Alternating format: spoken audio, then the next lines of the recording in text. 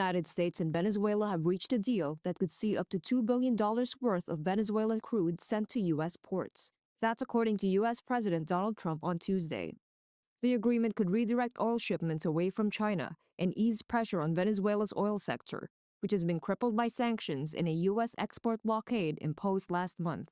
Trump said Caracas would turn over 30 to 50 million barrels of sanctioned oil to be sold at market prices, with proceeds controlled by him as President of the United States. The move follows weeks of escalating pressure on Venezuela, capped by the weekend capture of President Nicolas Maduro by U.S. forces, a development Venezuelan officials have condemned as a kidnapping, aimed at seizing the country's oil wealth.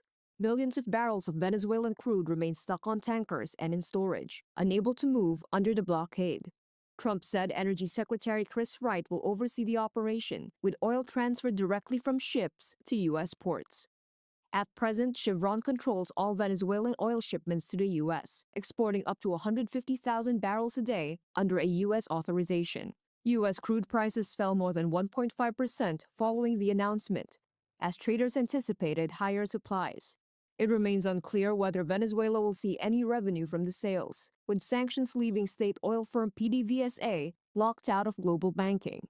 U.S. officials say increased Venezuelan oil flows would support refinery jobs and help stabilize fuel prices.